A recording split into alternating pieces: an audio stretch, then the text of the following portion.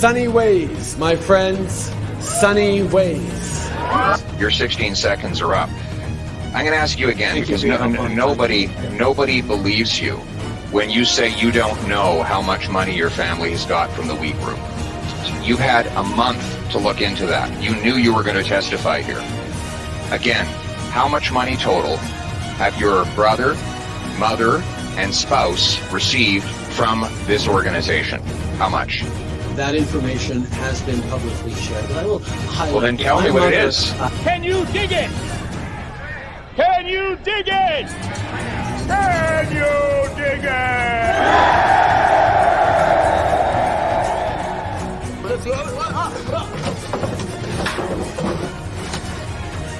We have recently switched to drinking water bottles out of water out of when we have water bottles out of plastic.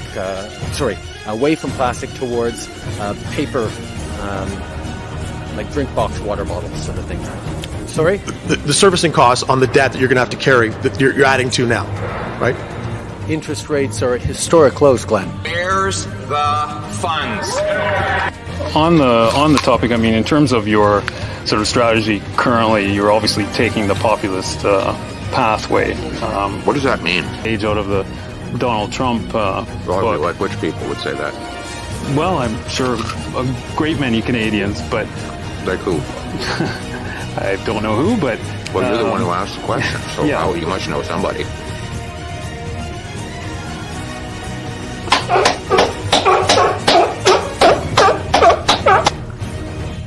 Yeah, that's all that's coming off. There's nothing else coming off, yeah. I'm not Justin Trudeau here.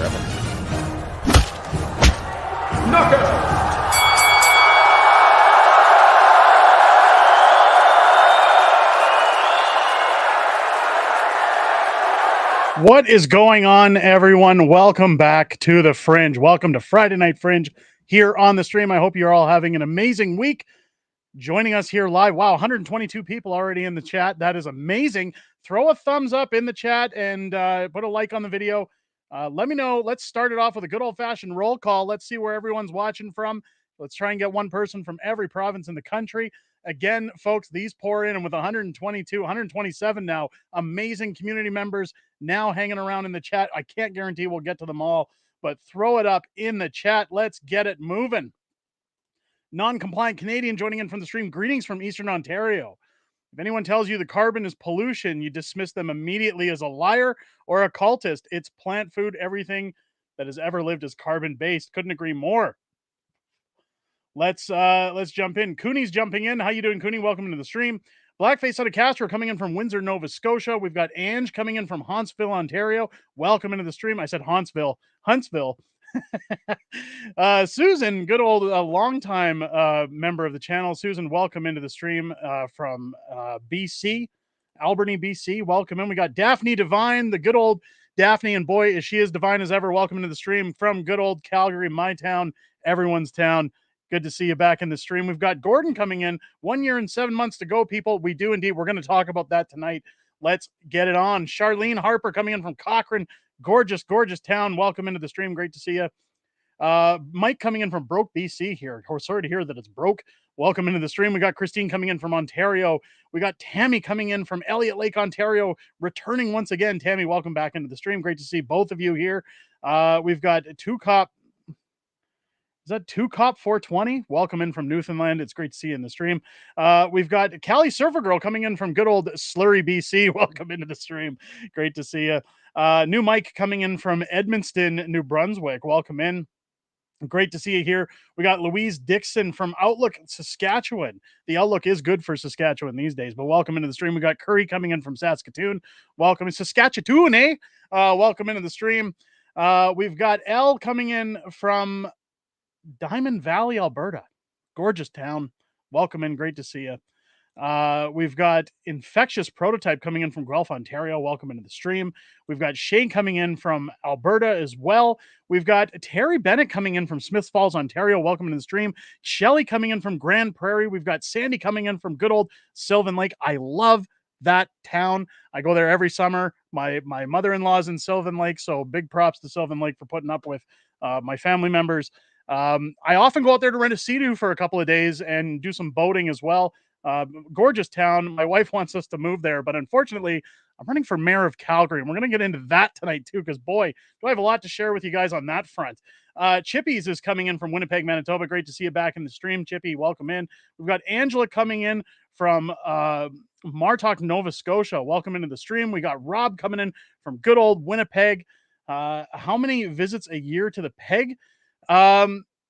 Usually I try to do one a year, but I'm actually going to be doing another one in May for a high school reunion. So I'm looking forward to that one.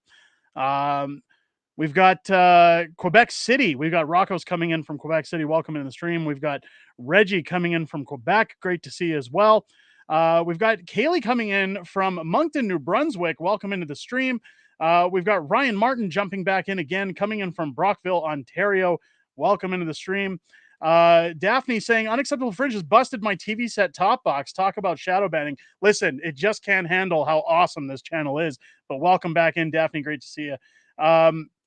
We got Daryl coming in from Regina, Saskatchewan. And you know what rhymes with Regina?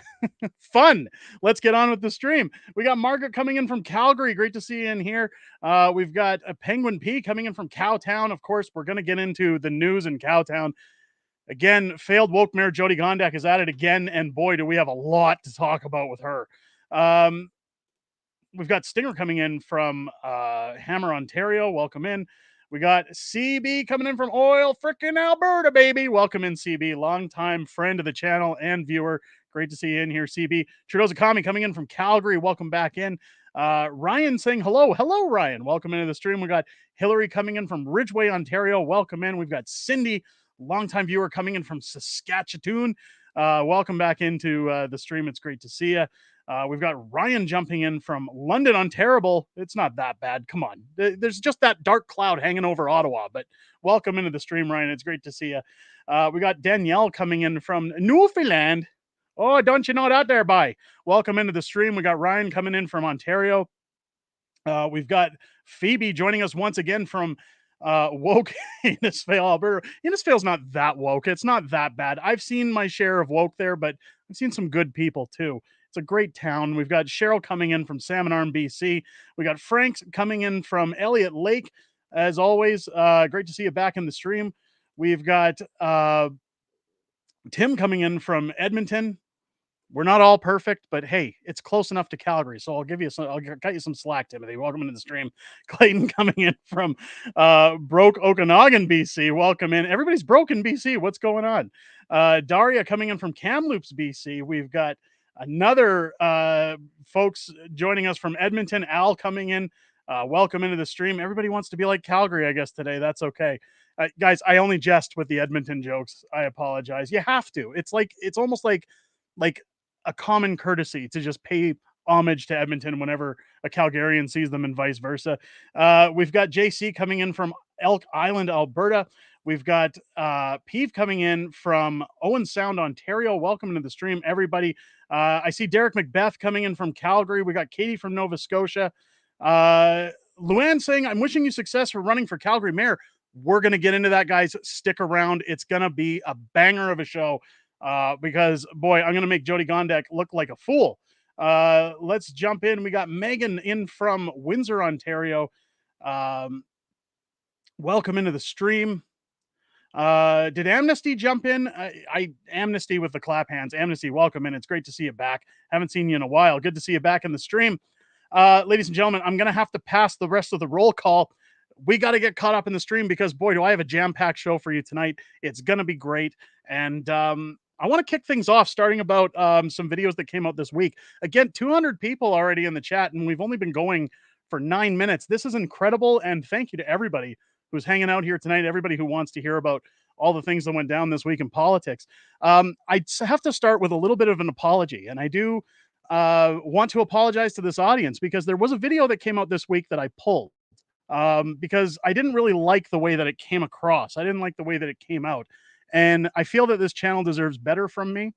And I kind of wanted to address it really quick. So earlier in the week, if you caught a video that I did about censorship on YouTube, I talked a lot about what is currently going on YouTube. And I used my channel, this channel, as a primary example. Now, I've noticed over the past few weeks, There has been a cut in views. There's been a little bit of suppression. I've noticed a ton.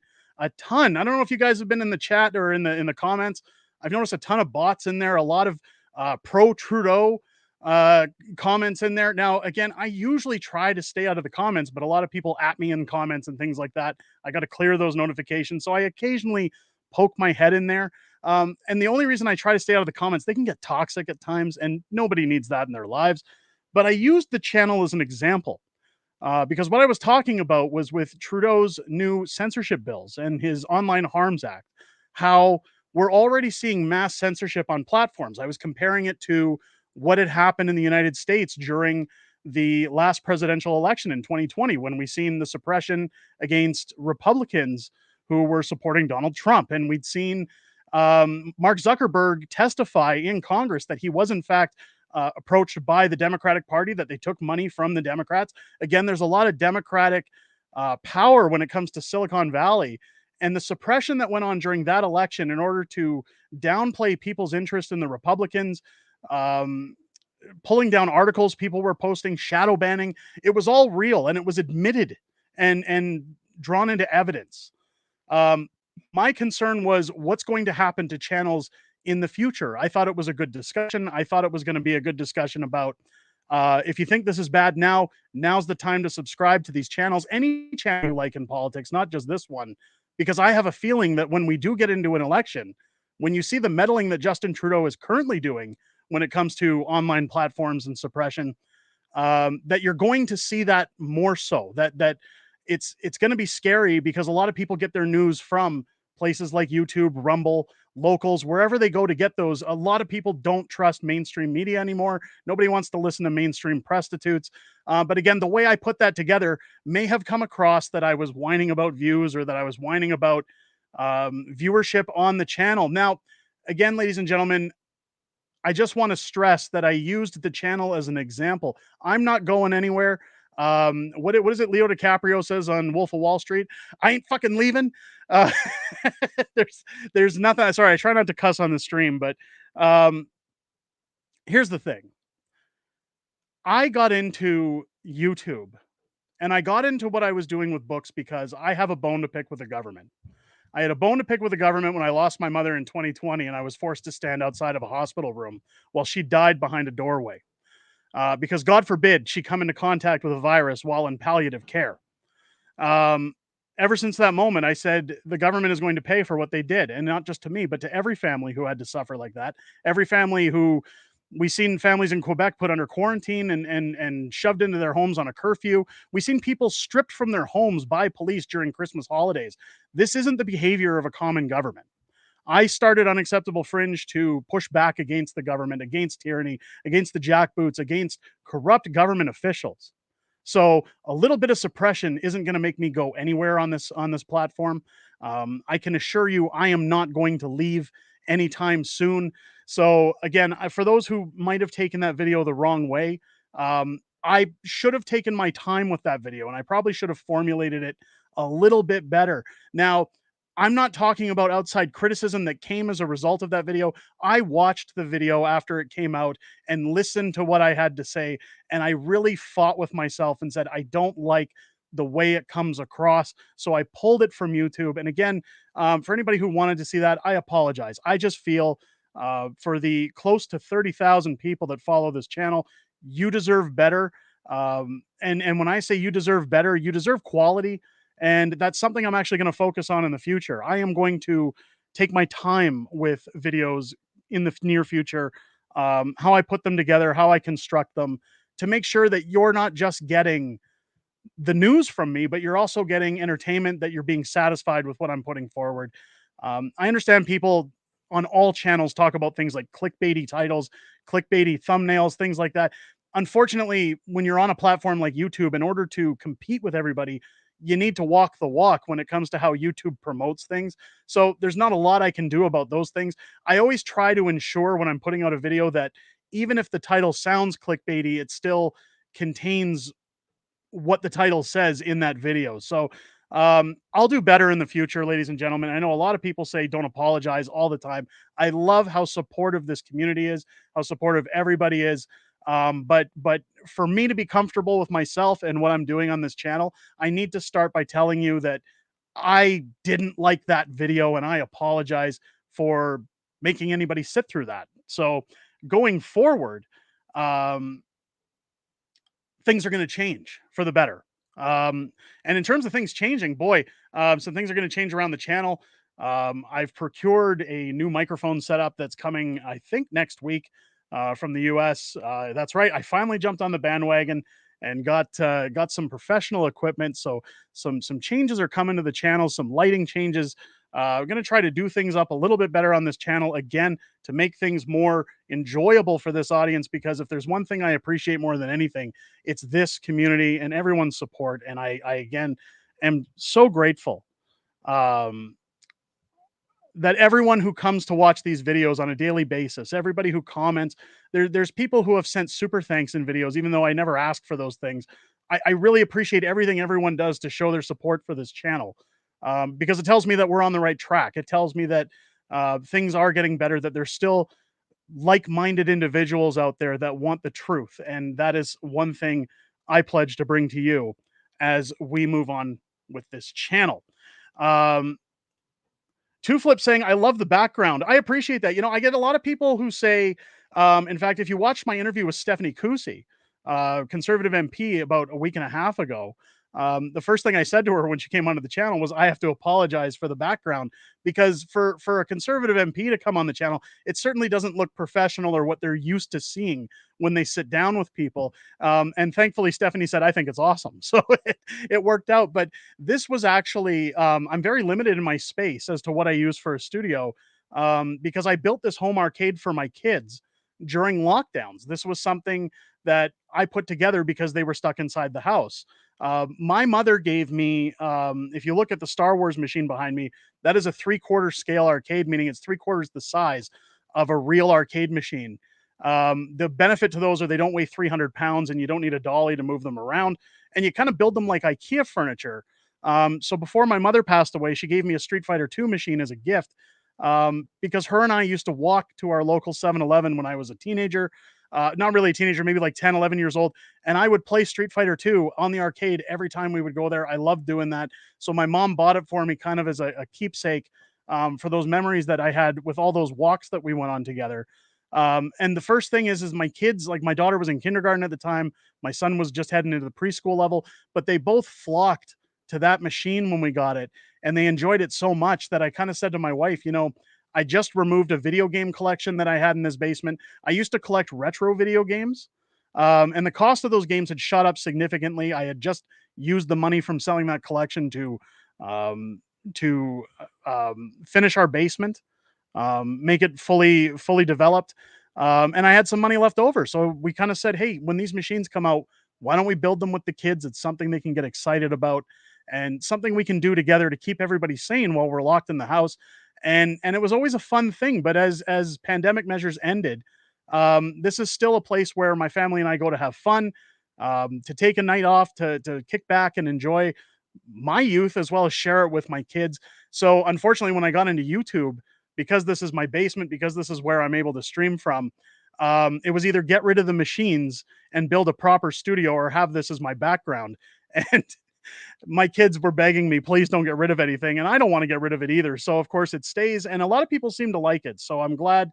I'm glad people enjoy it. I'm glad people think it's great. A lot of people ask if it's a green screen. No, it is not. In fact, if you go back in the channel to somewhere around early to mid-December, as a bonus, I did a basement walkthrough and showed everybody kind of my nerd room, my collection. I have a lot of movie collectibles down here, as well as toy collectibles. I collect old Masters of the Universe. I'm sure you can see the Snake Mountain box behind me. But there's a lot of cool things down here I wanted to share with this community. So you can always go back and watch that video. It is in our playlists. And boy, Daphne's asking, what's the like count? I am not sure, but if you guys haven't, if you haven't hit the like button yet, please hit the like button. Again, ladies and gentlemen, tells people on YouTube that, hey, this is interesting. You guys should come and watch this. The more people we have in here, the better. But one thing I want to get to tonight, let's get on to the actual Zylo saying, I see Ghostbusters in Krang. There is Ghostbusters in Krang. I actually did an unboxing back in last February, 2023, when I received my life-size replica Proton pack. I'm a huge Ghostbusters fan. In fact, I'm taking my kids to see the new Ghostbusters movie tomorrow. I'm very excited to do that with them. But let's get on to the politics, because that's what we're all here for. Calgary. Let's talk first about what's going in Calgary, and then I'm going to get to what happened with the no confidence vote with Trudeau and all his scumminess, because I don't want to downplay the stream too much right off the bat. Let's get to the good stuff, shall we? Jody Gondek, failed woke mayor Jody Gondek. If you haven't heard about her, if you've been watching the videos that I've been covering on her, or if you're on the other side of the country and you don't know little about Jody Gondek, well, let me fill you in on what she's done for the city of Calgary. This is an installed mayor who won her election in a city of 1.7 million people with a vote of 175,000. And it was a last minute vote similar to Olivia Chow in Toronto, with a very large donation coming from, well, we like to say the Chinese community, but they argue that that's not true. Now, of course, this letter coming out, we've seen I put out a video 2 days ago, or it might have even been yesterday, in regards to the defacement of recall Gondek signs. Now in Alberta, we have recall legislation that Jason Kenney, I always got to get that fat Stalin joke in. But Jason Kenney put recall legislation in effect in Alberta when he was premier, so that if you are unsatisfied with the current leaders, whether it be your municipality or your province, you have the right to issue a recall. Now, if you get half of the voting population of that region, you're able to recall and have a by-election and elect somebody new to represent either the province or the city. So somebody has enacted the recall legislation for Jody Gondek. She has, I believe at this moment, a 17% approval rating. This is the same woman who immediately called a climate emergency the minute she became mayor. Literally the first thing she did when she walked in the door. So, if you don't know much about Jody Gondek, you know where this is going already. She has done the unimaginable. And we've talked about this, where she took a temporary emergency bylaw measure that Nahid Nenshi, or Nenshit, as I call him, put into practice when he was the mayor of Calgary, outgoing, during lockdown measures, during COVID, to say, hey, people can't protest downtown in large groups against lockdown measures because, well, you're too close together. We don't want people getting sick. We don't want all these other things.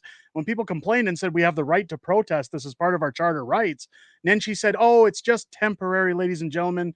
We're just doing this as an emergency. It's to keep you safe. It's to keep our loved ones safe. It's for all these right reasons. And then Jody Gondek gets into office. She takes that legislation and she says, well, it was a temporary measure. We're now going to make it a full-time bylaw. But it's only if you're protesting drag time story hour or trans people. Jody Gondek, of course, changing laws in Calgary that men who identify as women or vice versa are now allowed to change in the opposite gender change room. So a man can now go into a woman's change room just by simply saying, I identify as a woman. I could do it tomorrow if I wanted to. I don't have to be vetted. I don't have to show any proof of what I'm going through. So I could just be some random pervert going into a change room because I want to get my kicks. In fact, as soon as this bylaw was enacted, two girls at a local pool, which most of those outfits are handled by the city, two girls about 13 years of age, I believe, called the police because a man was exposing himself, making them uncomfortable. And of course, the police didn't do anything about it because, well, they said, we don't want to have a civil case on our hands where we look like bigots. We don't want to look like we're stomping on the trans community. So they simply said, well, we don't know enough about what happened and the individual is gone. So they didn't look at footage. They didn't get a facial shot of this person to find out what they look like or who they are. They simply let it go and said, well, not much we can do. We're very sorry that your children were exposed to this. But this is the new way of the world and you need to stop being phobic. Anyway, Jody Gondek has put in those laws. So now you are not allowed to protest around city-run properties, meaning pools, libraries, etc., within 100 meters against this kind of policy, or else you are fined up to $10,000 or jail time. which again defeats people's charter rights. You have the right to protest. This is what got me into running for mayor. I said that needs to be repealed immediately. All of that needs to be repealed. People's safety is a number one priority. And at the same time, people's right to protest, whether I agree or disagree with you, is your fundamental right as a Canadian or as somebody on Canadian soil, that you're allowed to protest peacefully. If you're doing it violently, if you're causing problems, then of course things should change. The law has to step in. But part of the law, part of the law with the police is that they have to exercise the same laws to everyone. The same laws apply to everyone. I don't care if you're straight, gay, bisexual, trans, if you're from or believe you're from the planet Niptu. I don't care. If you're on Canadian soil, the Canadian laws all apply to you the same. And this is where I get frustrated when people say trans rights, they don't have the human rights. They have the same rights as everybody else, same laws as everybody else. The same rules apply.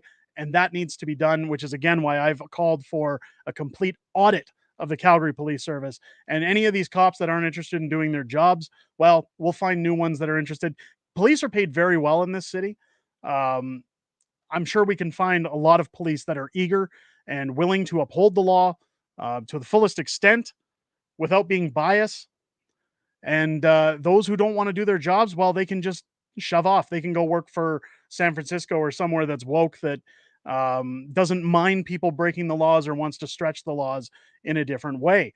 So all of these things, amongst massive tax increases,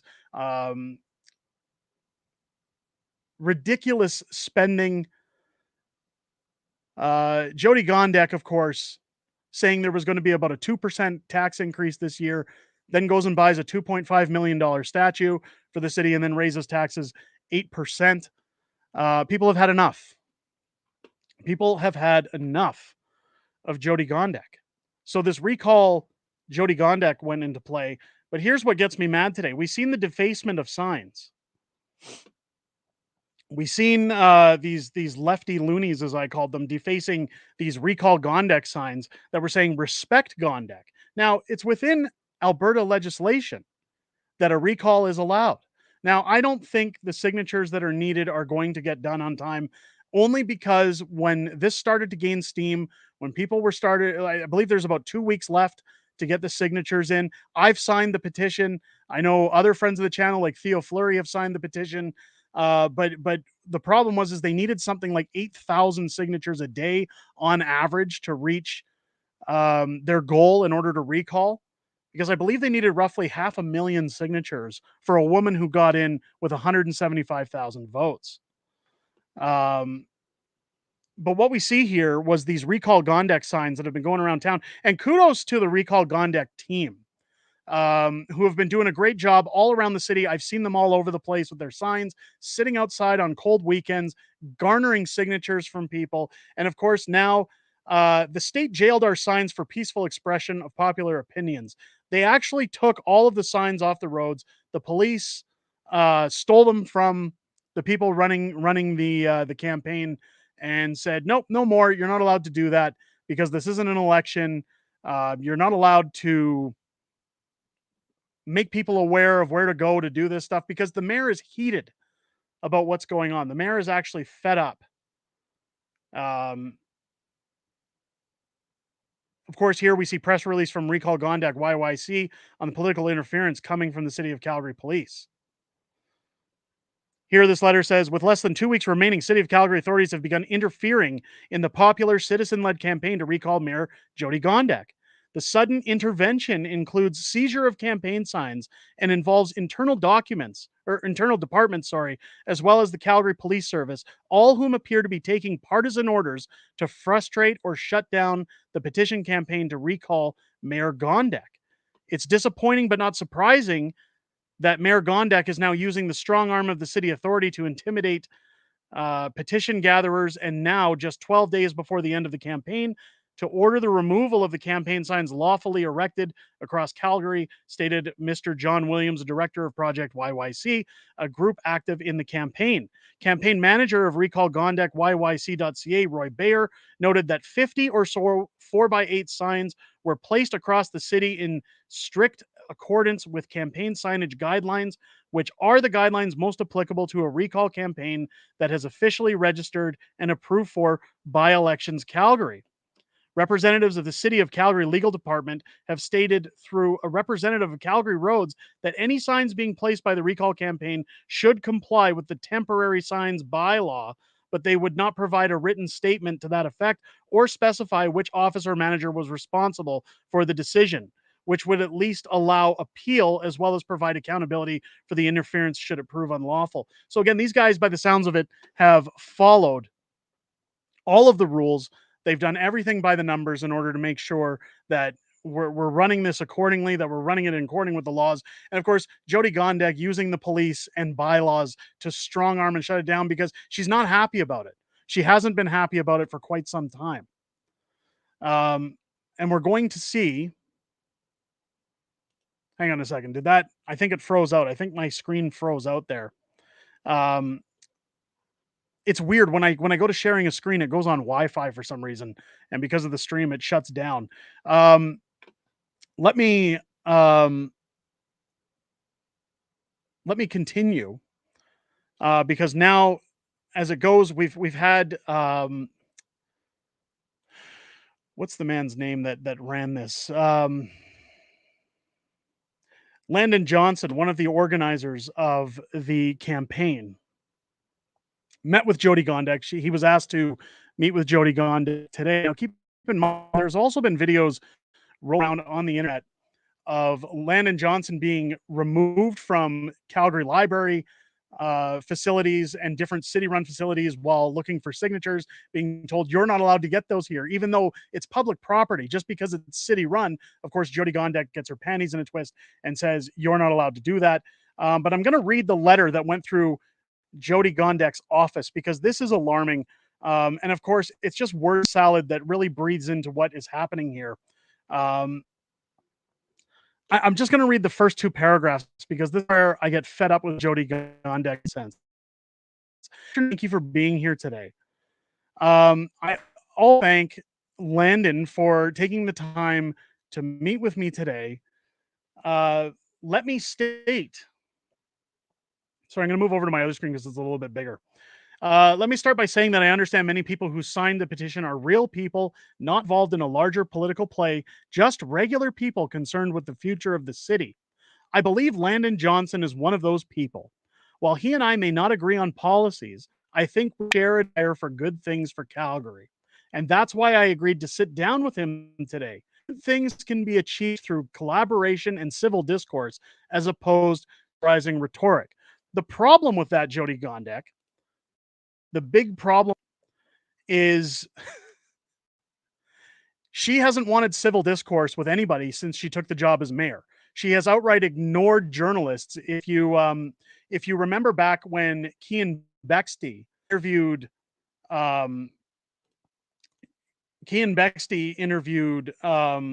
Danielle Smith as well as Jody Gondek during a press conference in regards to Jody Gondek not having police available to stop people from getting stabbed and mugged on C-train platforms. Danielle Smith had to bring in police to do Jody Gondek's job. Cian Bexte asked, since Jody Gondek was very firm, defunding the police. Hang on, something's happening with the stream here. There we go. Sorry, my apologies, folks. I don't know what's going on with the Wi-Fi here, but it's silly. I apologize. So what we're seeing here is that Jody Gondek had to deal with the police. And of course, mentioned defunding the police. Cian Bexte asked her about defunding the police, and she simply walked away from the podium. She refused to answer his questions. Is the stream really buffering? Maybe I'll wait for it to catch up. Let's wait for it to catch up. Keep going. It's all good. There we go. Okay, we're back. Anyway, The second paragraph of this letter is what really irks me with Jody Gondek, because again, she doesn't want discourse with people at all. She's just embarrassed. But it says here, I believe Landon Johnston. Oh, sorry. Given this, I'm directing my focus away from those attempting to manipulate processes and recommitting towards listening to the voices of Calgarians. It's clear that this petition has resonated with some. It's difficult for many. The cost of groceries, gas, and going out has skyrocketed. And what used to be in our savings account are now being used to pay for heat, housing, and electricity. This is a woman who just introduced a disgusting bylaw in this city that charges you when you go through drive-throughs for bags. You now have to pay 15 cents for bags. When you go into a Walmart or a Loblaws, if you have forgotten your bag and you use those piddly little cloth ones, well, I did a video on that talking about how the bags have actually shrunk from when they used to be 35 cents, which was quite a bit at that time, to $1 in Calgary city limits now. So you're punished if you forget your bags or any of your reusable methods to pack your groceries and go home.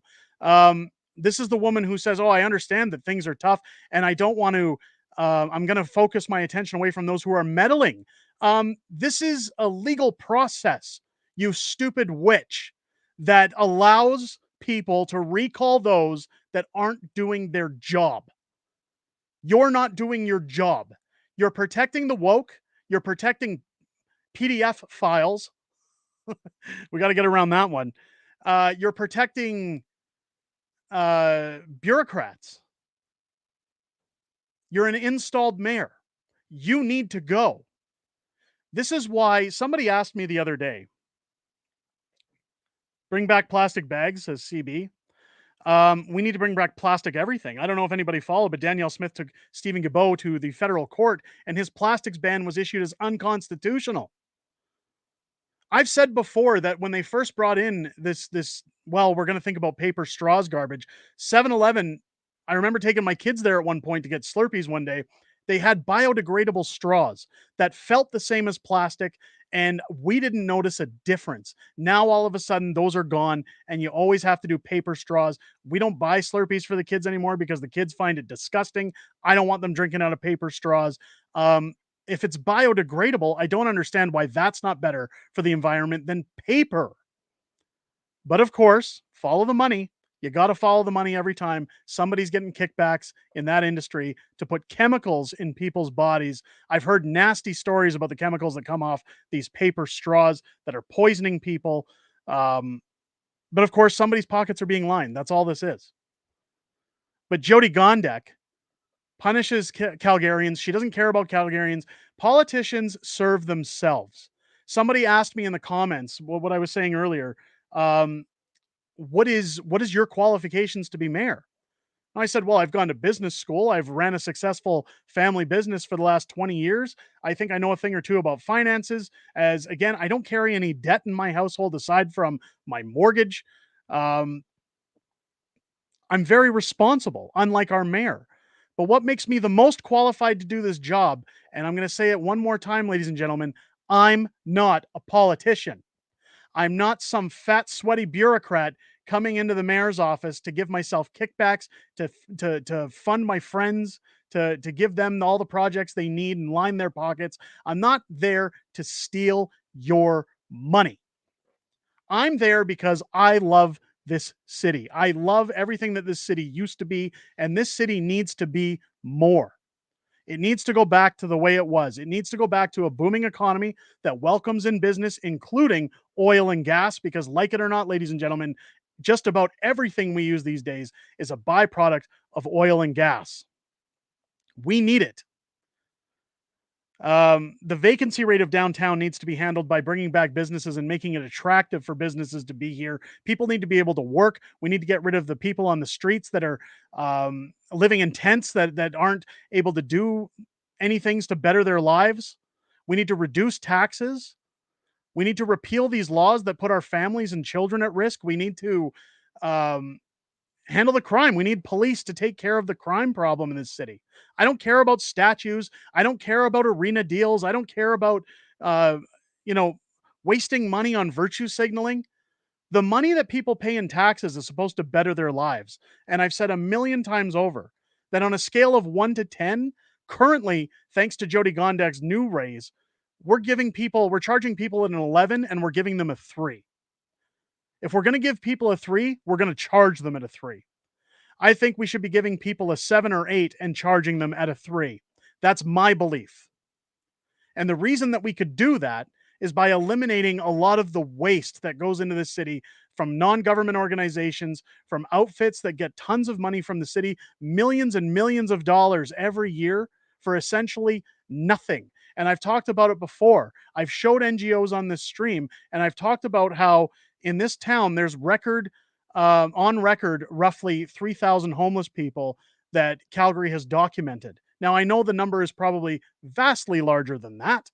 However, there are 9 different outfits that are paid in NGO supplements in order to run their offices with multiple staff to handle 3,000 people on record, while our main homeless shelter is out-resourced, outstaffed, and they're not able to meet demand or actually provide a service to those who are homeless to better their lives, to actually better themselves. My plan as mayor would be to get rid of those NGOs. If those people want to keep their jobs, they're welcome to move over to the shelters. We'll give the shelters what they need. We'll supply them with everything they need, and we'll start putting programs in place to clean up this town, and we'll start giving work to those who are willing to do it so that they can get some experience, they can get paid, and they can get their feet back on the ground and get back to living a normal life. Because when I moved to Calgary in 1995, I was told this is a city of opportunity, and it's a city that yields opportunity so long as you're prepared to get your hands dirty and work for a living. Calgary is a gorgeous, beautiful city. One of Canada's brightest towns, or at least it used to be, before woke, failed mayors like Naheed Nenshi and Jody Gondek came in and stomped all over it and pushed everybody out of town in the name of virtue signaling. This can't go on anymore. Ralph Klein is still decorated as one of the top premiers to ever hit Alberta. Ralph Klein was a mayor of Calgary in the 1980s when he only had a grade 10 education. He was a news reporter with a grade 10 education. One of the best mayors this town ever had. He cleaned up the homeless problem. He made things better for Calgarians before running for provincial politics. That's what I want to do. People ask my qualifications. I've had to decide, do we pay an expensive utility bill or do we put food in the fridge? Much like I'd say 95% of the families in this city. So what you can verify, what you can feel comfortable about if I was your mayor, is that every time I'm making a decision, I'm thinking about your family. I'm thinking about how it's going to affect your family, because I'm not some rich elite lawyer, some rich home developer, or somebody who is there to get their kickbacks and their pension. That I'm generally going to think about, how is this going to affect the common citizen? How are they going to be able to make ends meet? How is the single mother going to be able to afford paying for something as silly as transit that doesn't even run properly in this city to get to her job so that she can pay for expensive daycare and then come home and eat breadcrumbs because her kids need to eat an actual dinner? This city has lost its way. And a handful of mayors have failed it on a nuclear level. Part of the reason I've said before I'm going to run is because every 4 years, whether it's provincial, whether it's federal, whether it's municipal, I've sat around and said, I don't really like any of the candidates, but I got to vote for one. I'm going to do my civic duty. I'm going to vote for one. I guess I'll take the best of the worst. You don't deserve that if you live in Calgary. You don't deserve that if you live in any city. You deserve honest, hardworking people that want to serve their city, serve their province, serve their country, to do the best they can so that life gets better for everybody living here. That's the whole point of having one of the strongest countries in the G7. That's how we stay there. Not by bringing in people like Justin Trudeau who run it into the ground, to pad their pockets, to scandalize everything, to steal money, to be a pig at a trough. You're a civil servant. Your job is my job. If I took the mayor's seat, is to make sure that the 1.7 million people living in this town are safe, secure, and that they have everything they need. I want to eliminate high property taxes, which people say, well, they're still some of the lowest in the country. They're still ridiculously high for what you're getting. I'm going to repeal this stupid new bylaw where they want you to pay to park on the road outside of your home. Reduce taxes, reduce business taxes. I want to reduce business taxes by eliminating these NGOs. I could reduce business taxes almost to zero, which in turn brings people to the city. It brings business back to Calgary. We are going to reignite this city, and I am looking so forward to being able to do it, because I'm telling you right now, when it comes to a debate, when it comes to being out on that trail and campaigning for the mayor's seat, I will not hold back like I have to do on these online platforms. I am not going to pull punches when it comes to Jody Gondek, and I pray to God that I am invited to a debate when it comes time to discuss the validity of a mayor's seat, because I would love to go toe to toe with her in a debate. I'd crush her. I would absolutely crush her in a debate. I've talked about, if you watch Rebel News, you'll notice this week they had City Councilor Dan McLean on there. And I've often said, hey, we share a lot of similar ideas. We have a lot of more policy in our minds that are better for Calgarians. The problem, and I know Dan McLean is ramping up to run as mayor. You can tell if you look at his tweets, if you look at his interviews with Rebel, he's very much so ramping up to be running for mayor. Dan McLean is he's in comfortable places with the Poilievres. I know he hangs around with Pierre's brother a lot. He likes to do that. He likes to mention them quite a bit in his tweets, just so everybody knows where he sits.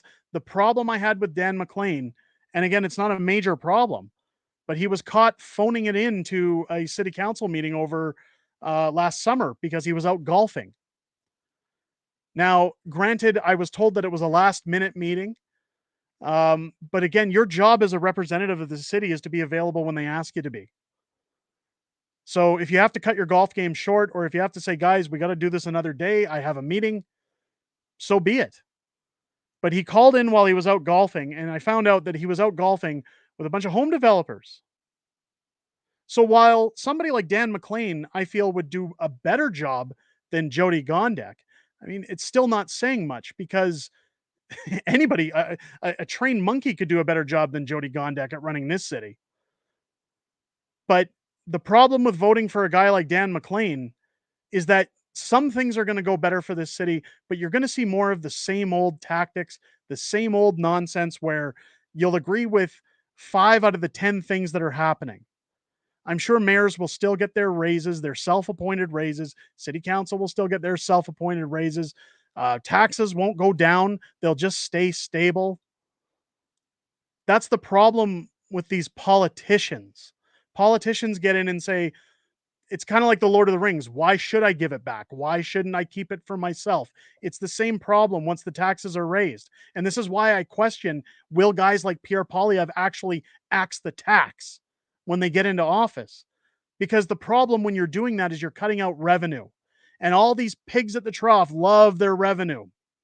They don't want to let it go. So guys like Dan McLean will say, we're not going to raise taxes this year. Isn't that great, everybody? It's going to make you believe that things are okay, when in fact you're still paying high rates. So you've got rose-colored glasses, feeling like the right job is being done, when in fact they're still stealing from you. It's that's my issue with a guy like Dan McLean. Again, I respect him. I don't have any issues with Dan as a person. I've spoke with him several times, and he seems very nice. But the problem with Dan McLean that I've noticed, and I've said before, is he's a bit of a fence sitter. I asked him about vax licenses or vax passes when that was going on, because that's when he was running for his seat. And he didn't ask me, or he didn't answer his opinion to me about vax statuses until after people started speaking up about it. I had to ask him 3 separate times over email. Where do you stand on people having to show proof of vaccination in order to go out? Didn't answer me. And it showed me that he had seen my emails. You can put a little notification if somebody has opened your emails. I had to ask 3 times, but he didn't answer until Jason Kenney said they were lifting the requirements. I've asked Dan McLean where he stood on several issues about this city. And again, until there's significant pushback from city residents, he doesn't state his opinions. He states the popular opinion when it's safe to do so. We saw this with the bag bylaw. He tweeted out, and I covered that story where he tweeted out, oh, I was against this bag bylaw from day one of charging people through drive-thrus and adding extra money onto people's expenditures. I was against it. Now I've helped to vote it down, but unfortunately it can't come out until later this spring. So it's going to be in place for a couple of months. Well, if you were against it, why weren't you saying something from day one? That's the problem. Was Dan McLean didn't tweet about how much he hated it until Calgarians were furious about it. That's where I say he's a bit of a fence sitter. And that's what worries me about a guy like that running for mayor, is that's what you're going to get. You're going to get a guy who says, hey, ladies and gentlemen, I'm doing these things for everyone's benefit. And then people will push back, and then he'll come out and say, oh, I guess I was wrong. Let's backpedal a bit. And he does that because he's a politician. That's how politicians behave. If you want lower taxes, if you want somebody in that office that's going to think about your financial future, your bills, your ability to live, because that mayor in that chair is no different than you, then I'm your guy. There's an easy way to sum up my campaign, and unfortunately I can't put it on signs, but if you want to get rid of the bullshit, then I'm your guy. And I'm going to fight for that when it comes time. No more bullshit. I wish I could put that. We'll probably use that as a hashtag when the election starts. But this is why I'm running. I don't want to spend the whole stream talking about it. I can see the viewers are going down and down and down because, again, I don't want this to be a clout chasing stream, but it just angers me that the city has been ripping away signs for the recall, that Jody Gondek says, oh, I'm going to get away from this process that's that's, you know, obstructive. It's legal. It's only obstructive because it's against you, you narcissist. This is what Justin Trudeau looks like as a female. She's terrible. Absolutely terrible.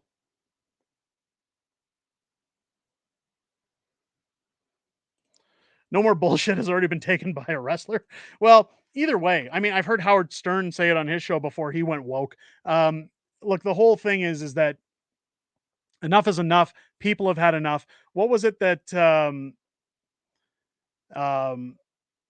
I'm trying to think of her name, because Michelle Rempel Garnier, is, as much as I think she's a little woke these days, when she slipped in the House of Commons, or the House of Commies, as I like to call it, she says enough of this woke shit. Speaking of woke shit, I don't know if everybody heard about Planet Fitness and what happened with Planet Fitness. It's more of this stuff like Calgary.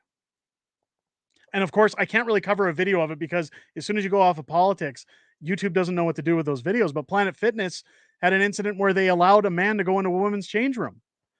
And then the woman who complained about it was thrown out and her membership was removed.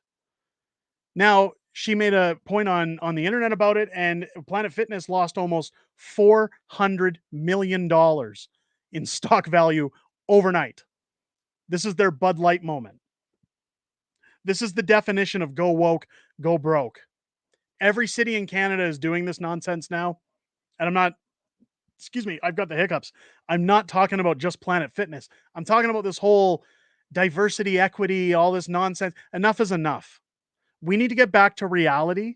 We need to get back to treating people like people. And whatever you want to do in the confines of your home, however you want to move your sexual preferences or be identified, that's your choice, but I don't have to participate. I'm sorry. When I look at people, I see people. I don't see gender. I don't see sexual preference. I don't see blue hair, green hair, blonde hair, brown hair. I see people. And I say, what is it you need? Let's cut the bullshit and get down to what you need. I don't care about, well, I need more rights because I chopped off part of my leg so I could have male genitalia.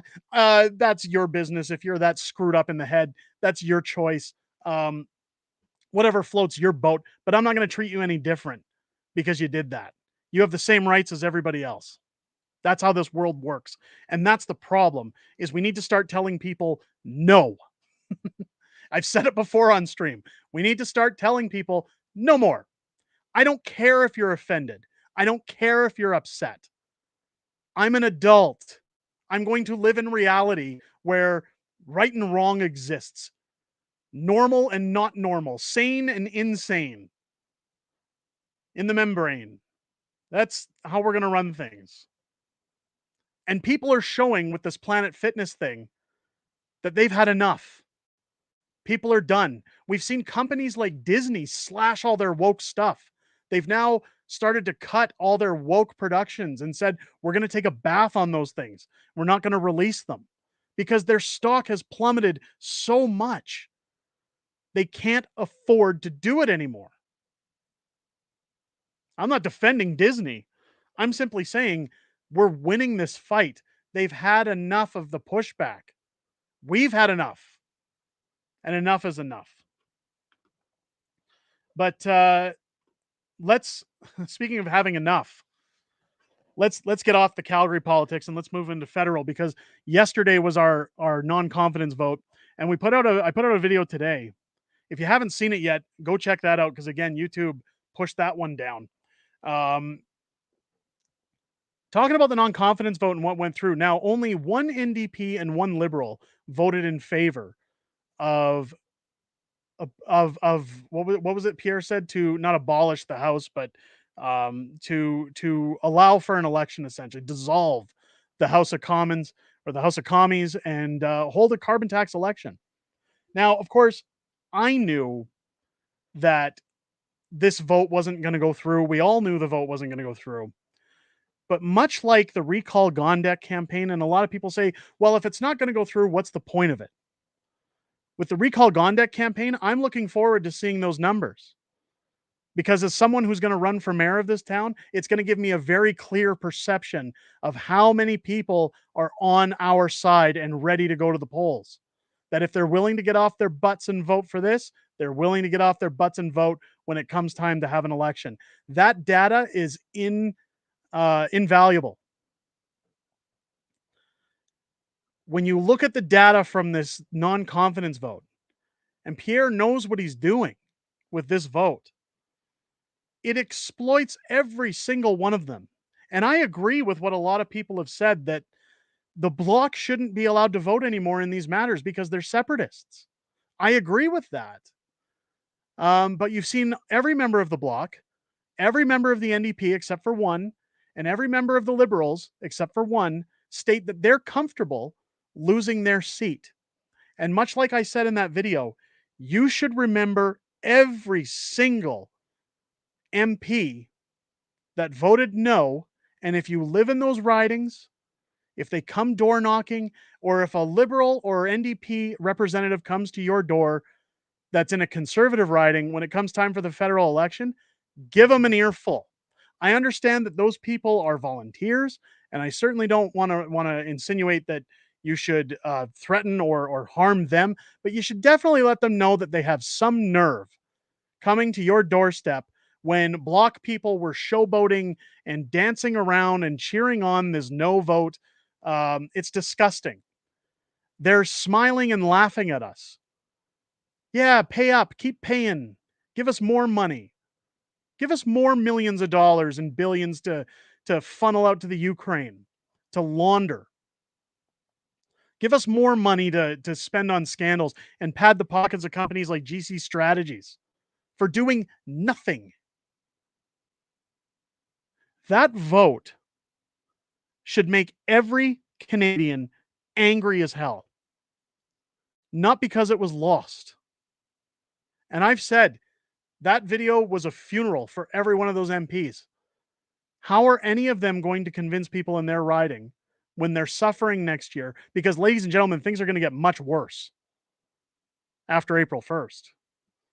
So when the Liberals are done bleeding their constituents, when the NDP are done bleeding their constituents and say, hey, we're in it for the working class.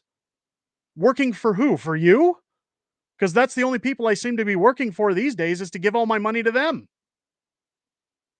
The NDP have just crapped all over their entire party policy. They don't care about the working class. They don't care about the common working person. If they did, they'd be fighting to save your wallets. If Jagmeet Singh cared about what grocery stores are calling you, he'd vote to axe the tax. Because we'd see a significant adjustment in the costs from grocery stores. We would see a significant price adjustment at the fuel pumps, for our clothing, for our utilities. This government is out of whack, and we know this. It's no surprise. See, Phoebe saying Jagmeet is done. Yeah, we all know that. And Jagmeet doesn't care that he's done because he's getting his pension. But what he has done is made Jack Layton roll over in his grave. He has decimated that entire political party for the sake of a pension. That should anger every NDP in that party.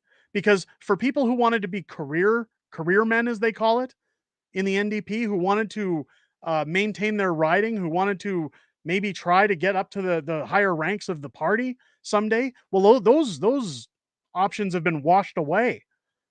Because good luck convincing your constituents in the next election when they're losing their home, when they've had to ride on credit for the last year, when they're out of money, when they've had to sell their vehicles, when they've had to own nothing and be happy. Good luck convincing them they should give you another 4-year mandate. You're not going to get it. I said on that video, you're going to be damn lucky if you get to keep your seat. And I got a feeling that just about every chair in that House of Commons, a very vast, if you think that the House or the Nanos polls are predicting a blue wave for the Conservatives, it's going to be huge. And you know what? Somebody tagged me in a comment and they had a very good point where they said, I don't want a majority party. You need somebody to hold them to account. I agree. Too much power for one person, even somebody like Pierre, is a bad thing sometimes. Nobody on this planet should have that kind of power. However, it's upcomings for the NDP, for the Bloc, for the Liberals, for all these pigs who want to siphon our money, who want to take our livelihoods, who want to remove us from our homes, who danced around saying, raise it another 23%. No election. Let's keep bleeding them dry. That clown should be out of a job. I don't even know which representative for the Bloc that was. Should be out on their ass.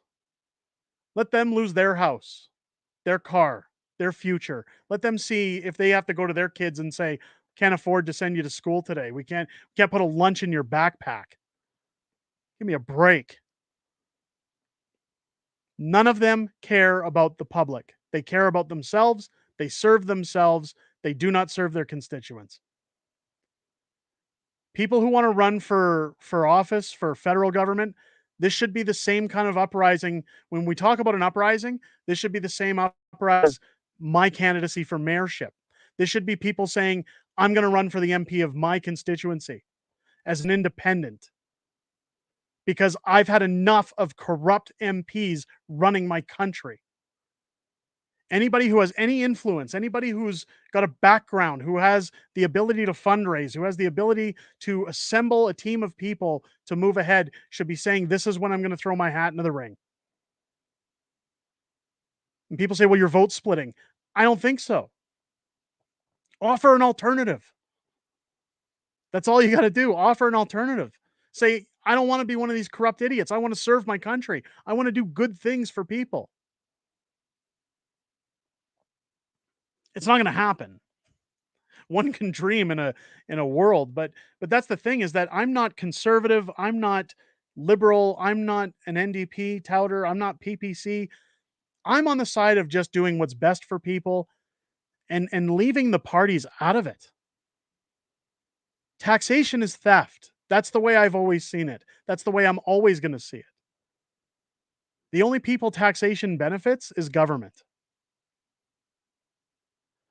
You need to have the ability to say, ladies and gentlemen, we need roads, we need infrastructure, we need jobs, we need certain things in order to function as a society. Great. Then let's pay for those things. I'm all for it. But the minute they start siphoning money for their own vices, well, that's where I have a problem. And that's where enough is enough. That's where it needs to end. That's where the buck has to stop. I just want what's best. And that's the thing is people will ask me all the time, well, what's your political alignment? Because you sound like a conservative. Well, I do live in Alberta, which is typically a more conservative province. However, I just stand on the right of, I go to work for a living, I pay my taxes, keep your nose out of my business. That's it. And do the best you can to save me the most amount of money. When I went to my accountant for the first time last year, he said, what are you looking to have done here alongside your personal and business taxes? Like, what are your goals with your company? And he was more looking out for what I wanted to do with investments, with anything like that. And I said, I think you misunderstand why I'm here.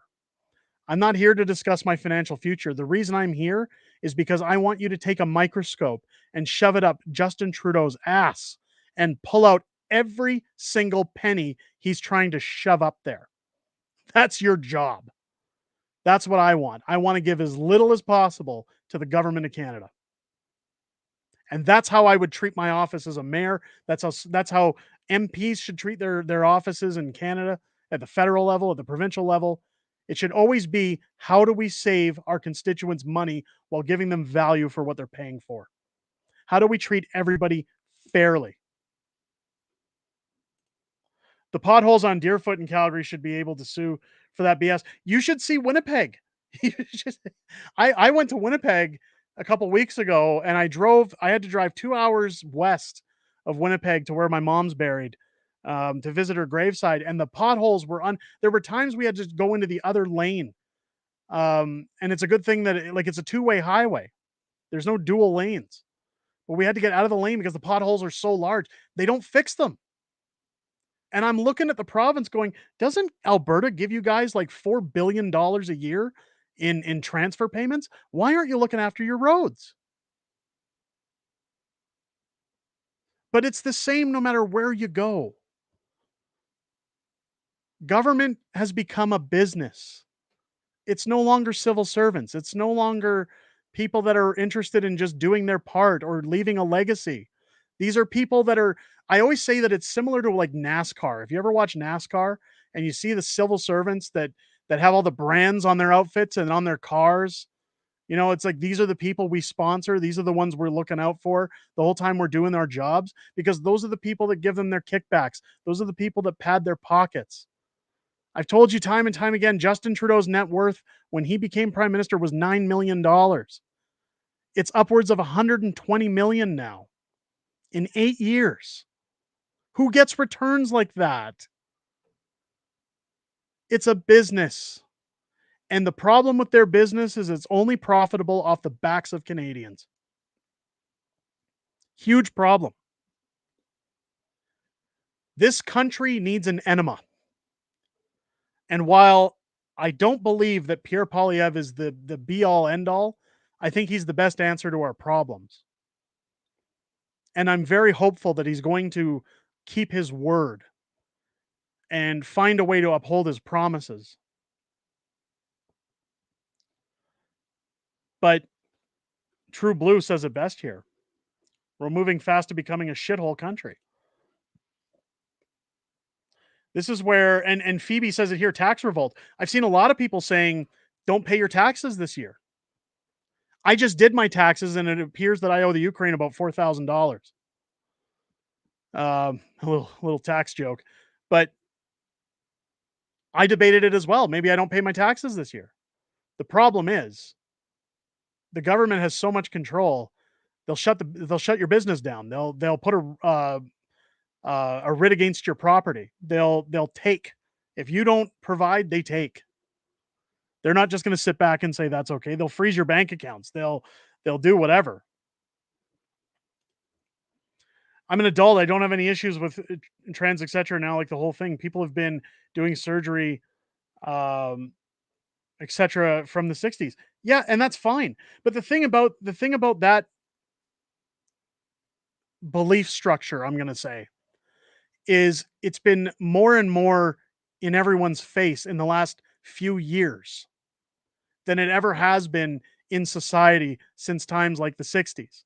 And the reason for that is, again, it has nothing to do with trans rights. It has nothing to do with what's best for people's mental stability, because it's dysphoria.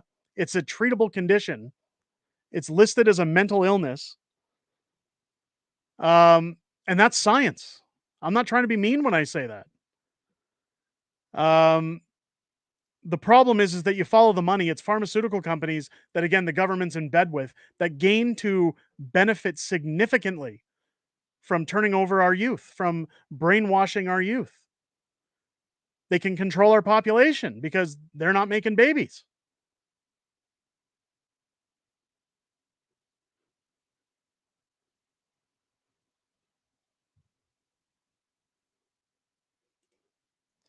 My name is Ingrid.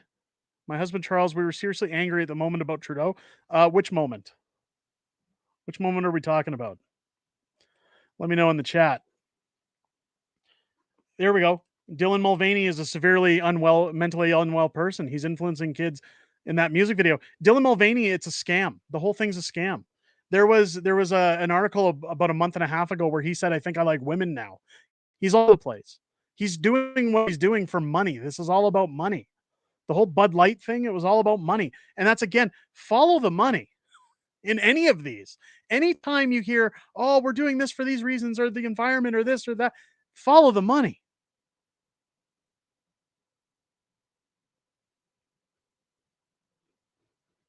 He says he's a lesbian now.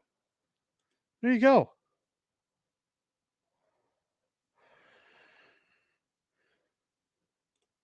I'm from Red Deer. Canada's sinking faster than the Titanic under the Trudeau Liberals. Jagmeet Singh, NDP. Yeah. Oh, here's Ingrid. Okay, the fact the non-confidence vote was shot down and all other scandals involving Trudeau and the Liberals. Yeah, and I'm with you on that. The problem, like, we had Stephanie Kusi on the channel, and I asked her flat out, like, what's going to come from these hearings on Arrive scam? She said probably nothing. And it's because we're blocked. It's not because they don't want justice. It's not that they don't recognize that we want justice. The NDP and the Liberals are shooting it down. So I said, so what's the point? Because, again, these inquiries, these delves into, like when you do these inquiries, they cost us money. These committees, that's taxpayer money. So if they're not going to do anything, why aren't we just exposing it and forgetting the inquiry altogether? What's the point? And again, I asked her the same question. So what do we do moving forward? How do we put safeguards in place to at least ensure, at the bare minimum, that this doesn't happen with future governments? That they can't just do this to us? And we didn't really get an answer. And I understand that this is still a proceeding. I'm not blaming that answer on Stephanie Kusi. I was very grateful she came out on the channel to chat, and I look forward to chatting to her again in the future. I think she's a very smart and talented MP, and she's doing a great job in the House of Commons. I'd just like some more upfront answers as to why.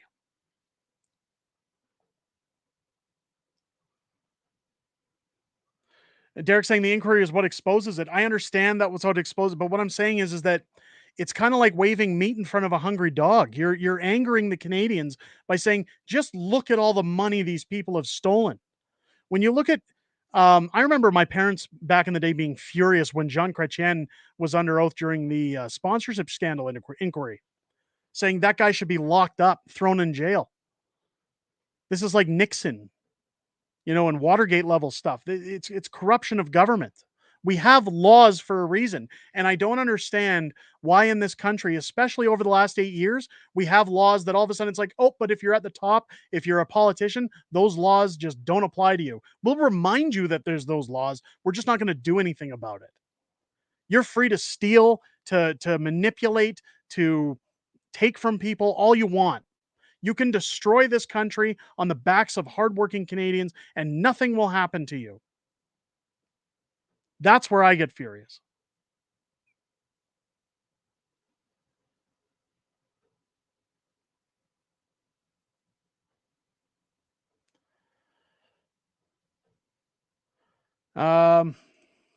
Sorry, I'm trying to get caught up in the chat here. They're all criminals if you continue thinking you can save what was never fixed to begin with. You'll be stuck in the perpetual servitude of being lemming citizen. Fair enough. How about you do a book about the flood of Trudeau and company scandals? They would fill an entire book. Well, that's part of the problem. There isn't enough paper to do that. I'd be labeled somebody who hates the environment because I'd have to cut down a significant amount of trees in order to get the paper for that. But speaking of books, I am working on a new one. I do have a fun, happy book coming out in the near future. Why don't we talk about that for a second? It's going to be a parody. Since we do Dr. Seuss parodies here on Unacceptable Fringe, it's going to be a parody of Green Eggs and Ham called Just Axe the Tax. And I guarantee you we'll be taking shots at Justine in that book. And I'm looking forward to bringing that to you guys again later this spring or early summer. I'm looking forward to it. I think it's going to be great. And well, keep your eyes peeled. I'll be announcing when that book will be available. It's going to be great. And another thing to keep your eyes peeled for is all of Unacceptable Fringe's books will be coming to hardcover format as well. For anybody who wants something that's easier to keep in your collection, something that's going to last a little bit longer than the flimsy paperback children's style adult books that we put together. We're going to do them more in the traditional Dr. Seuss sense of a hardcover. So keep your eyes peeled for those. They'll be coming out probably somewhere around the summer. It's going to be great. I'm looking forward to it. Bronco coming in. Canada's like the Titanic, except we've already hit the iceberg and full steam ahead. Well, a lot of countries are doing that too. So it's not just Canada. We've seen in the UK, we've seen across Europe with the farmers' protests in India, in America. Things are crumbling. Things are going to come to a head. And this is where I get a little scared about what we're going to see. Again, this is why I was talking in that video that I pulled earlier this week about censorship, about how much we're being toned down already and how much worse it's going to get once we get into electoral season. It's going to be interesting to see in November or getting close to the fall what's going to happen in America now that Donald Trump's running and he's cleared through the Supreme Court to be able to run. It's going to be very interesting to see what happens with suppression in America, but I think we're on the brink of civil war. I think that all countries that are involved in this nonsense are at the brink of people getting fed up, especially when you look at the farmers' protests in Europe and they're spraying manure on government buildings. I mean, those guys got stones. Could you imagine if the Freedom Convoy had done things like that? I mean, Two Flip saying the US is doing way better. They are doing better, but things are still, the thing is that even when they're not doing as good as they should, people are recognizing it faster. If there's one thing that's caught me off guard and shocked me, it's that ever since the announcement of COVID-19, just how easily people are influenced and susceptible to being brainwashed, to saying, govern me harder, to switching teams all of a sudden, if that's the right term. But it shocked me. And I've talked about it often that when the lockdowns first happened, it was St. Patrick's Day of 2020. And I remember that because I was on a flight going to Manitoba. I was going with my wife and my kids to visit family. I was sitting at the airport. They announced that Justin Trudeau was going to have a press conference. And while we were in the air, Justin Trudeau came on and said, we're shutting down everything. Malls, restaurants, theaters, stores, everything. It's all getting shut down. 2 weeks to flatten the curve. When we landed, everything was closed or in the process of closing. And that was the first time we actually started to get scared about things and believe the hype, because at that point we'd just been making jokes. I had my birthday a few days prior to that. And somebody gave me toilet paper for my birthday because of the whole hand sanitizer shortage and toilet paper shortage. It was a joke, right? We were all having laughs going, oh, this disease, whatever. And then all of a sudden, Now it's real. Everything's getting shut down, and the airports were up in frenzy. Everybody was all over the place. The hotels were all, we don't know if we want people staying here now.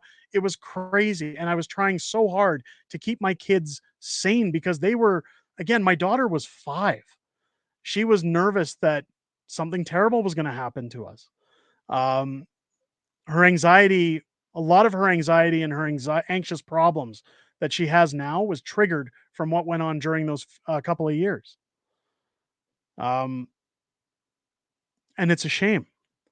But when we got home from that trip, I said, "Hey, we're gonna bunker down. We're gonna not go anywhere. We're not gonna see anybody until we start hearing about what's happening." We believed it for the first few weeks, but as soon as I heard about, hey, these guys went on vacation and the government, oh, they're allowing you to go to Walmart and be shoulder to shoulder with people, but you can't go to a movie theater where they could spread people out and sell less seats. You're not allowed to go to a restaurant where they can spread people out. You remember back in the day they used to have smoking and non-smoking in restaurants?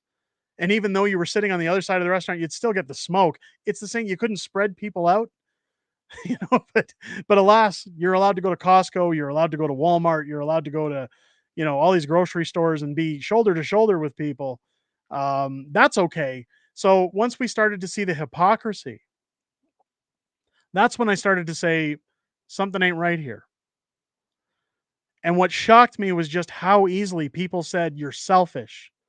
You're terrible. I'd rat you out if you had people over at your house. A family member once told me that they thought that anybody who didn't undergo medical procedures should be digging a ditch and shot. And I was surprised. I was actually heartbroken to hear that because I said I never thought I'd hear them say those words. But they were scared. But it was how easily everybody bought into that. And now when they talk about climate change, when they talk about all these other things, when they talk about crises with trans and with everything else, the problem is you got to follow the money now. It's just the next thing. It's the next in thing to get people scared. It's the next thing that they want to garner your attention with. Pierre Poilievre said it best. These are wedge issues. We've seen how Justin Trudeau used COVID-19 as a wedge issue to get his minority government in the last election. You don't want to get on a plane or a train and sit next to a dirty person.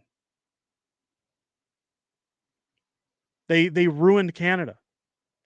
And people ate it up. It was the first time in my entire life I was actually embarrassed to be a Canadian. And Americans didn't do it for as long as Canada. They caught on quick in some parts of America. You had what's his name in New York, the CNN anchor's brother. I can't even remember his name because that's how much relevancy he's got. But them making hand sanitizers in prisons and stuff and pushing the whole woke narrative, regardless of what happened. I guess my point is that it makes me wonder again, and this is why I should have better constructed the video where I was talking about censorship. It makes me very scared to think about what's coming in the next year. When we get into a US election, when we get into Canada prepping up for their election, what is going to happen that is going to be attempting to brainwash citizens this time? And how easily are they going to eat it up now that we found out that essentially throughout that pandemic, a lot of things have come to light. I'm not going to say which things specific because it's YouTube, but a lot of things have come to light that turns out were over exaggerated or false. Bill Gates has come out saying, "Oh yeah, it was all hullabaloo," because he got what he wanted. He got what he wanted. So he's going to move on to the next thing and say, "Oh, well, this time, ladies and gentlemen, I'm just a guy who makes operating systems on computers, but I know what's best for you." Give me a break. Bill Gates is a joke.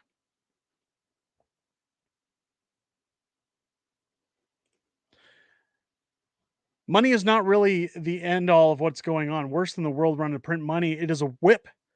Only those will suffer from ignorance and believe money is God. Yeah. It was amazing considering that the ones telling us about the COOF pandemic never ever told the truth. Well,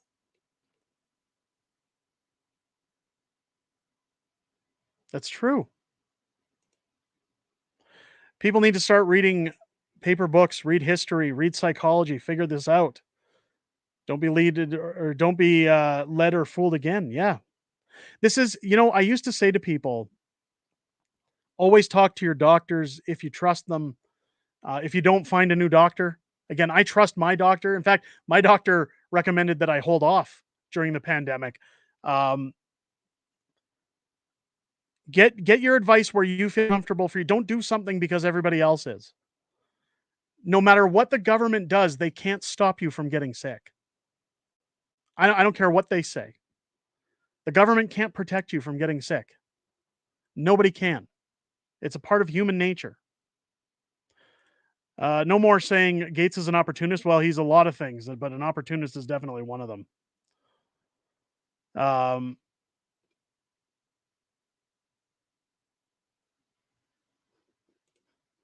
Justin saying they should all be locked up. Why does somebody not speak up about climate change being a hoax? So I've got a video coming out about that Sunday with Elizabeth May talking about zombie fires. Now, in Quebec, we've seen Boysenalt stand up in the House of Commons to have this unhinged rant about, oh, we couldn't breathe last summer because of all the climate change fires that were going on in Quebec and everything. Well, what's interesting and what we talk about in that video is that in Quebec, a man was arrested and charged for setting the majority of those fires in Quebec. In fact, having to have almost 1,000 homes evacuated and burning almost 1,000 hectares of land, setting fires. That's arson. That's not climate change. We've seen it in Alberta when Danielle Smith, the minute that campaigns started rolling out the window, all of a sudden fires broke out everywhere. Now, fires do happen. I'm not going to say they don't happen, but it's a part of nature. It's a part of nature. In Alberta during the elections, they found that, especially in northern Alberta, the majority of the fires, I believe it was like 76 or 80% of the fires that were started in Alberta during election season last year were arson, and people were charged. And they're done by these special interest groups that want to push things like climate change because it makes them money. That's all it is. It's control and it's money. It's the next pandemic. It's okay, well, we can't milk the coof anymore, so let's milk climate change. Right? It's insane.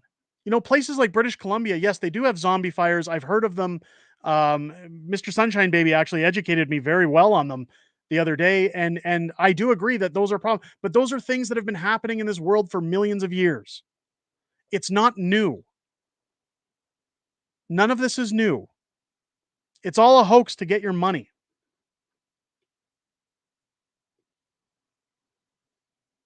One day I'll get banned on Facebook for saying that. Or Facebook, YouTube. They're all the same. It doesn't matter if I'm talking one or the other. They're all the same. There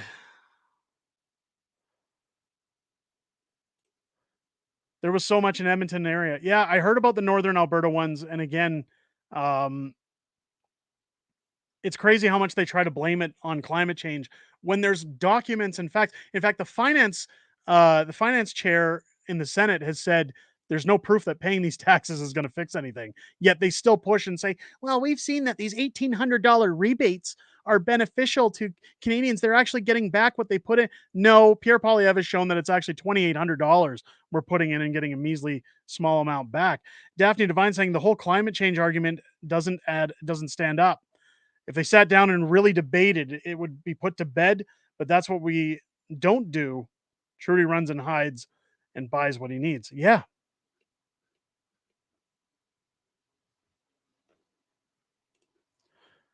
The fires in 2016 in Calgary were natural. Okay. But those happen. In fact, one thing that I will comment on, being from Calgary, especially when you hear about a lot of the fires that go on around the Kananaskis area, or as you're getting into the Rocky Mountains, which is only about the limit of the Rocky Mountains is about a 45-minute drive from the city of Calgary. A lot of those fires are often started by neglect, by human error. A lot of times people go camping, they'll go walking or hiking during dry season, and they'll throw cigarette butts or matches on the ground and they won't think about it. People don't realize how fast an actual fire can spread if you don't clean up your campsites properly, put out your fires, like your campfires, or dispose of cigarette butts. It's human error. But the natural ones that occur are necessary. I don't know if people are aware, but again, being close to the Rocky Mountains, we often hear about things like controlled burns. I know growing up in Manitoba, farmers used to do the same thing with their crops. They would do controlled burns in order to get rid of everything that was causing issues in their fields so they could grow new, fresh, strong crops. You see it in the mountains where they have to clear out a certain amount of dead trees, so they do a controlled burn in order to plant new ones and restart the cycle. But fires in nature occur every year. I heard about them as a kid. We heard about them in the 90s as well. I heard about them in the early 2000s, and I hear about them today. Natural fires are going to happen via lightning strikes, via, again, nature. But if I pay an extra 23% in carbon taxes, those fires aren't going to stop. The weather isn't going to change because I gave the government more money. And that's where there's a huge disconnect. That's where people are saying, govern me harder, daddy. I'll keep paying. I'll keep like, and when you watch these city paid prostitutes that go out like for CBC or CTV and they go talk to people about the gas prices. I watched a clip of CBC interviewing people in Vancouver where gas, I believe, was at $1.89 or something, and they're talking about the increase coming up in May or April 1st. Now, keep in mind, when I mentioned May there, this is before May long weekend, before everything spikes for the summer. There's going to be the increase April 1st. And people are already at $1.89 in places like Vancouver saying, oh, I don't see the problem. I think it's great. We're helping the environment. No, you're not. No, you're not. You're giving Justin Trudeau more money to go on lavish trips.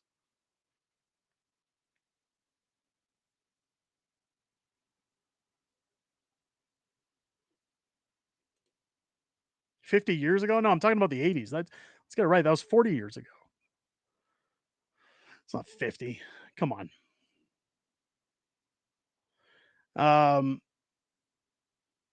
Sean Scotty, thank you for jumping into the stream. Thank you for jumping in. I could go on and on about the environment all night, ladies and gentlemen, but you know what? We usually streams an hour. We're breaking up on an hour and a half. I'm going to try and end on a high note while we got everybody raveled up. Keep your eyes on the lookout. There will be no video tomorrow. Again, I don't know what's going on with his YouTube suppression. So I'm taking a day off, hopefully trying to reset some things with YouTube. Keep your eyes peeled. There will be videos on Sunday and Monday. If you haven't got notifications for them, make sure to come back, check the channel. If you guys haven't subscribed to the channel yet, now is a good time. Again, it just keeps you informed when new videos drop. It lets you know when we've got new content, and it really helps the channel at times like this when we've seen views completely drop off. And for whatever reason, like I said, I'm not going anywhere. I'm looking forward to bringing you guys more content. I think it's going to be a great week coming up. We got a lot to talk about, and I look forward to the videos I'm going to be bringing you guys in the future. So with that being said, ladies and gentlemen, thank you everyone for the kind words. Thank you for the support tonight. Thank you to everybody who came out and watched the live stream. If you're watching after the stream, make sure to like, leave a comment. Let me know what you thought of the stream. Give me your 2 cents or your 10 cents in the comments. Always happy to take a look at those. And again, I hope you guys have a great weekend. Stay safe. Stay away from the climate change. Try to stay alive out there, folks, and don't hurt yourselves. I'll talk to you later. I'll catch you on the next one. Have a great weekend, everybody. Take care.